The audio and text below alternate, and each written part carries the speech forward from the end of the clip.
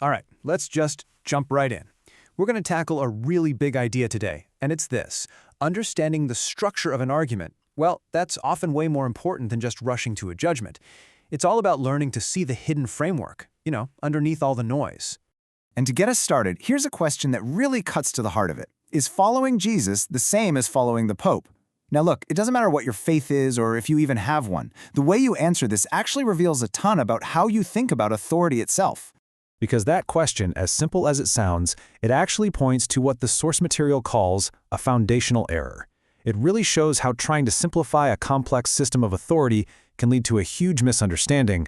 Yeah, the core point here is that equating those two things isn't just making it simpler, it's a distortion. It completely misreads the structure of Christianity itself by basically assuming there's only one way for it to be organized. And this quote just nails it. The source says that for most Christians, rejecting the Pope's authority isn't some fringe protest movement. No, it's a built-in structural feature of their faith. And ignoring that, it's like trying to understand a building while completely ignoring its foundation. So this brings us to two very different models of authority. And this isn't just about religion, not at all. You're about to see this exact same conflict play out in our politics too. What's so cool about this slide is how clearly it lays out the two structures. So on one side, you've got Catholicism. It's a centralized, top-down model with the papacy as the main interpreter. But on the other side, you have Protestantism, which is a distributed model. It rejects any single human authority and says, nope, Scripture is the final word. See? These aren't just different opinions. They're like two completely different operating systems. And here is where we make the jump. This exact same structural confusion, this mistake of thinking one model of authority is the only model, it shows up all the time in how we talk about politics, especially in the US.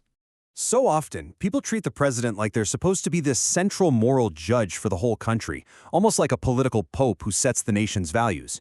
But the reality of the system, the way it was designed in the Constitution, is totally different. The president's role is meant to be a constrained representative, limited and checked on purpose. It's a distributed model, not a centralized one. And all of this leads us right into something called the trap of simplification. It's what happens when our desire for a quick, easy judgment just steamrolls the need to actually understand the structure of the thing we're talking about. Here's a huge warning sign you can look out for. Whenever you hear somebody say, "Oh, it's simple," about some deeply complex issue, that should be a red flag. It usually means they've just stopped analyzing the structure and have jumped straight to a conclusion. And this follows a pretty predictable script, right? First, you're faced with a complicated issue. Then you apply an immediate, usually emotional, snap judgment. After that, you mistake how strongly you feel for actual wisdom. And the last step, you fan the flames, making the conflict bigger instead of making anything clearer. Now, the antidote to this isn't to just stop having convictions. Not at all. It's about practicing a different kind of engagement. The source puts it perfectly. Compassion isn't agreement. It's discipline in how judgment is applied. It's about having restraint, choosing to understand before you condemn. So, okay, if the trap is simplification, what's the way out? Well, we need to build a more disciplined way of thinking, and that means we have to explore this kind of surprising relationship between pain, growth, and judgment. I know a common reaction is to think that any kind of social conflict or friction has got to be bad, right? That we should avoid it at all costs. But is that really true? The source introduces this really interesting idea of good pain. This is the kind of discomfort that comes from correction, not from destruction. You can think of it like physical therapy. Sure, it hurts, but it's part of the healing process. This kind of pain can actually be a sign that a system is fixing itself, not falling apart. And this metaphor just makes it so clear.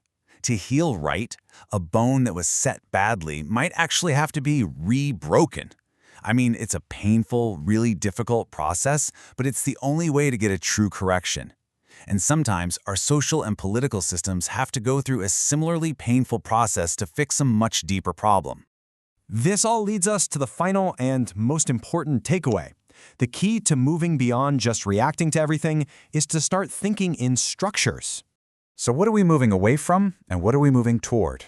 We're trying to move away from what the source calls crowd belief, just slogans, opinions we inherit, and blind tribal loyalty. And we're moving toward contextual knowledge, which is a deeper, lived understanding that values judgment, a sense of proportion, and the real meaning of an action within its specific context.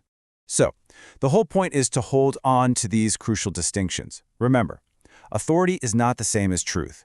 Political representation is not the same thing as moral agreement. Feeling uncomfortable is not automatic proof of injustice. The heat of an argument is not the same as the light of understanding, and most importantly, reacting is not the same as understanding. And that leaves us with this final thought.